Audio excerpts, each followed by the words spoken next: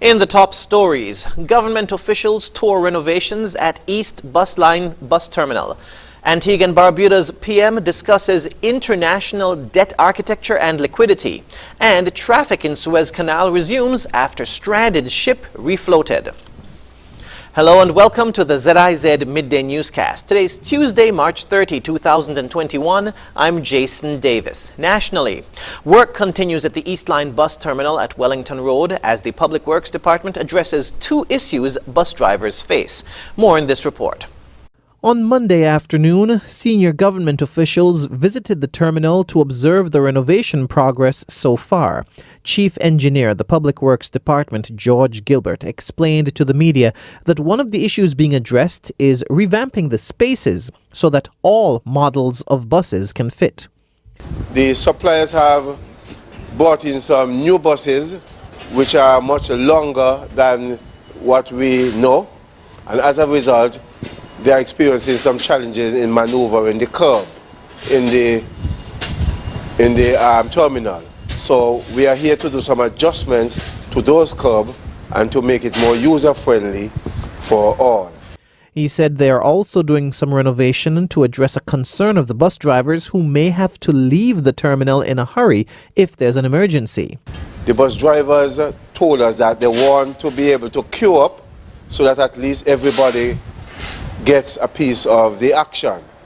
But now they apparently went back to their drawing board, and now they are saying that when they queue up, they recognize that some of the bus drivers, during an emergency, when you're in the queue, in the middle of the queue, you have no way of getting out. So we are making an adjustment so that at least we are trying to accommodate them. Minister of Transport, the Honourable Lindsay Grant, said the work being done is an example of the government's commitment to listen to the bus drivers and tackle problems that may have arisen. The unity government, we listen to our constituents, and the bus community of the East Bus Line said to us that there were some deficiencies, and deficiencies that we ought to correct. And so that's why we're here this afternoon, to correct two of the deficiencies that they have been complaining about. Minister Grant said the work on the terminal should take about a month. In the meantime, the buses are operating from the old location near the Seventh-day Adventist Church along Wellington Road. Jason Davis for ZIZ News. Potential jobs are on the horizon as the Federation looks to solar power as a renewable form of electrical energy. That's according to Utilities Minister, the Honourable Sean Richards. In recent years, the government and La Clanche have inked deals to supply the St. Kitts Electricity Company with solar energy that will be supplied to the country's electrical grid. In giving an update on those agreements, Minister Richards said job creation and training will be an aspect of the solar farm in St. Kitts Nevis. I think the La Clanche solar farm holds a lot of potential for persons here in St. Kitts and Nevis. In the first instance, we expect quite a substantial number of locals to be involved in terms of getting employment through that particular development. Now, maybe it is that because of the extent and the expertise that is involved, that some persons may have to be recruited from overseas initially to assist with the setting up of the solar farm. However, there also is the potential for local persons to be trained so that going forward you have that expertise residing in local persons here in the Federation of St. Kitts and Nevis. Minister Richards encouraged the public to position themselves to learn about and become employed in the energy sector so they can positively impact the generation of solar power on the island. Use this as an example to begin to condition your minds towards the opportunities that would become available.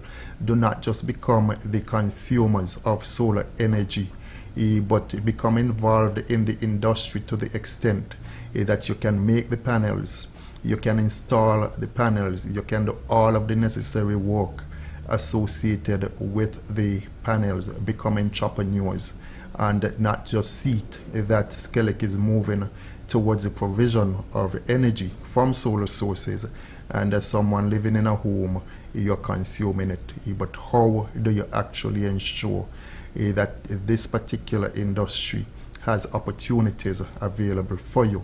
You can only do so if through getting the necessary education, you position yourself to be able to take advantage of it. Foundational work is expected to begin within the next quarter of this year. And we move from electricity production to water conservation. The Water Services Department is asking persons to be more responsible with water use, especially during the dry season. Acting Manager of the Water Services Department, Cromwell Williams, says as we experience the dry spell around this time, there's less water coming from mountain sources, therefore less water is available for distribution. Like now, we have to be careful. Things like some of the sports stadium, they shouldn't be really watering their grass, and even persons in their homes, you shouldn't be watering your lawns at this time, because we don't have enough water for domestic use inside of your houses plus. We apologize for the technical difficulty in that soundbite, but Mr. Williams also used the opportunity to encourage consumers to pay attention to water use in comparison to bill calculations to ensure that there are no leaks that lead to water being wasted. At present, the Water Services Department is undergoing a revenue collection initiative where persons who are in arrears are being asked to visit the department on or before April 15 to settle their outstanding bills. Williams said this is part of managing the water resource so that it is not wasted. Disconnections will take place after April 15. We now move to news on the regional scene. In Antigua and Barbuda, Prime Minister Gaston Brown says financing for development in the era of COVID-19 is the most urgent preoccupation confronting small states. He was addressing another high-level global forum on crucial issues affecting Antigua and Barbuda and other small island developing states. ABS's Ursel Charles Jr. reports on the Prime Minister's message at the meeting of heads of state and government on the international debt architecture and liquidity. As chair of AOSIS, the Alliance of Small Island States, Prime Minister Gaston Brown has continued the call for policy decisions which will support the recovery of states, to include Antigua-Barbuda, from the ravages of COVID-19. Speaking at the meeting of heads of state and government on the international debt architecture and liquidity, the Prime Minister is reminding the international community COVID-19 has affected our islands in more ways than one. ZIZ are facing an unprecedented triple-faceted challenge: coping with the extraordinary public health demands from the pandemic, managing the social and development impacts of its economic devastation, and preparing for the enlarging effects of climate change. Brown posits, however, financing for development in the era of COVID-19 and beyond is the most urgent preoccupation of smaller countries. He was adamant on what is required to ensure recovery and resilience. I again make a few policy propositions which the international community should consider making a priority. There should be a substantial new allocation of the International Monetary Fund's special drawing rights, reallocation of unused SDRs, accompanied by a significant increase in multilateral and regional development bank financing, aided by an increase in those banks' capital. This is not a time for our countries to be forced to trade their people's lives and future for international debt repayments, which have enlarged for reasons largely out of our control. The Prime Minister was unwavering in his push to have per capita income removed as the index of choice when determining relief. If nothing else, the brutal effects of COVID-19 on the economies of ZIZ emphasizes the importance of using vulnerability as a criterion for eligibility for concessional financing and not per capita income, which has precluded vulnerable ZIZ from accessing critical concessional loans and grants. The implementation of a multi-dimensional vulnerability index is an imperative and should no longer be delayed. Monday's meeting was convened ahead of the annual meetings of the IMF and World Bank, the G20 and G7 meetings, and the Financing for Development Forum. It sought to determine solutions to address the economic impact of the crisis and stem the potential for long-lasting damage. This was examined with particular focus on sovereign debt in least developed countries, small island developing states, and middle-income countries with high debt vulnerability. For ABS News, I'm Ursel Charles Jr. Thousands of Venezuelans have fled to Colombia since their country's army began fighting what it said were Colombian armed groups along the border between the two countries. The refugees say Venezuelan soldiers have killed innocent civilians, accusing them of being rebel fighters. Venezuela's defense minister Vladimir Padrino said the armed forces were obliged to defend the country from irregular groups, but that human rights must be respected and that the events at the border would be investigated. Al Jazeera's Alessandro Rampietti reports. For the Ramirez and Remolina families, the pain is unbearable.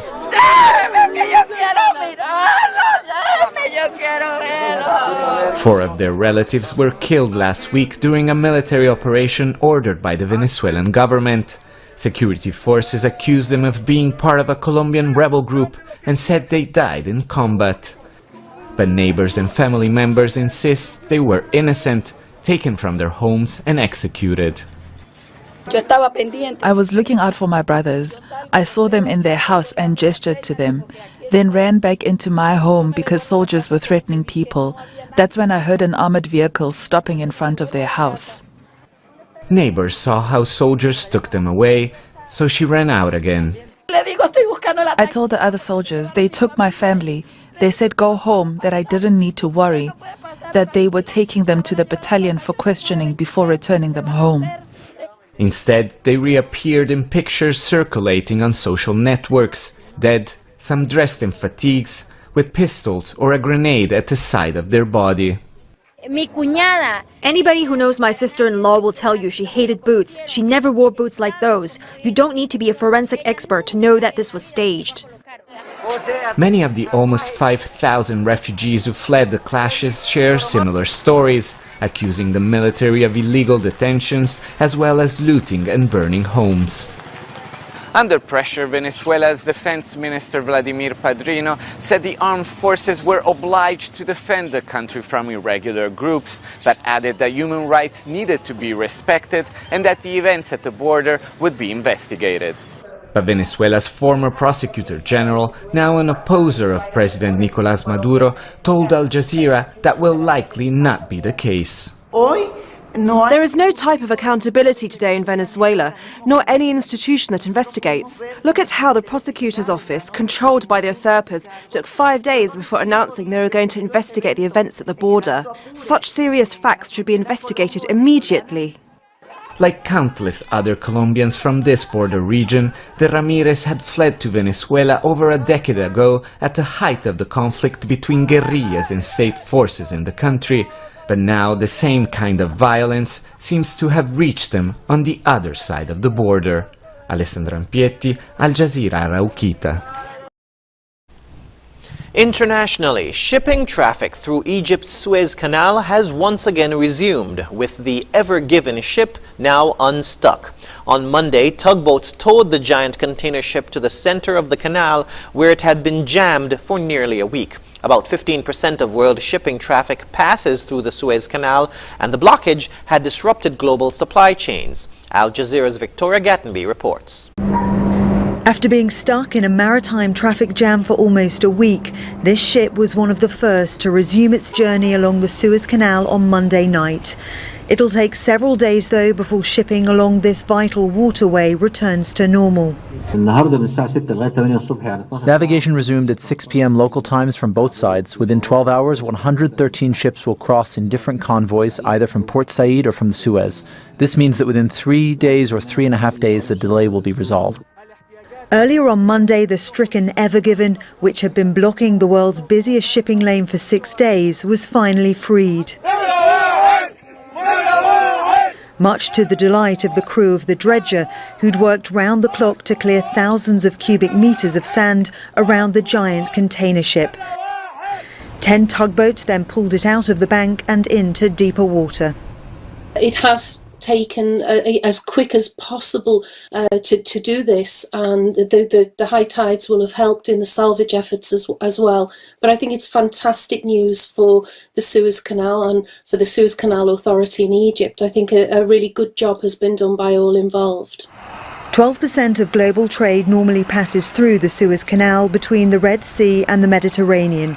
While the immediate crisis is over, experts say the Ever Given's mishap raises long-term questions about the canal's sustainability. There's got to be a lot of head scratching and thinking, not only about making supply chains more resilient, but I'm sure that the Suez Canal Authority is having a good hard think as well about how to make the canal itself more robust. The Ever Given is now in a wider section of the canal where it's being inspected for damage, bringing an end to a crisis that's disrupted billions of dollars worth of global trade. Victoria Gatenby, Al Jazeera. And now for the weather. Current conditions are fair skies with showers in the vicinity. The temperature is 29 degrees Celsius or 84 degrees Fahrenheit. Winds are east with speeds ranging from 18 to 26 miles per hour, with gusts to as high as 41 miles per hour, mainly over elevated terrains and over open waters. Seas are moderate with waves of 5 to 8 feet today and will further increase tonight, becoming 6 to 9 feet. A small craft advisory remains in effect for the open waters north and east of the island. The weather forecast for St. Kitts and Nevis today and tonight says to expect partly cloudy to sometimes cloudy skies with a 50% or moderate chance of showers. Sunset today will be at 6:23 p.m., sunrise tomorrow at 6:06 a.m. And that brings us to the end of the ZIZ Midday Newscast. Join us this evening for these stories and more in detail. Thank you for tuning in. I'm Jason Davis.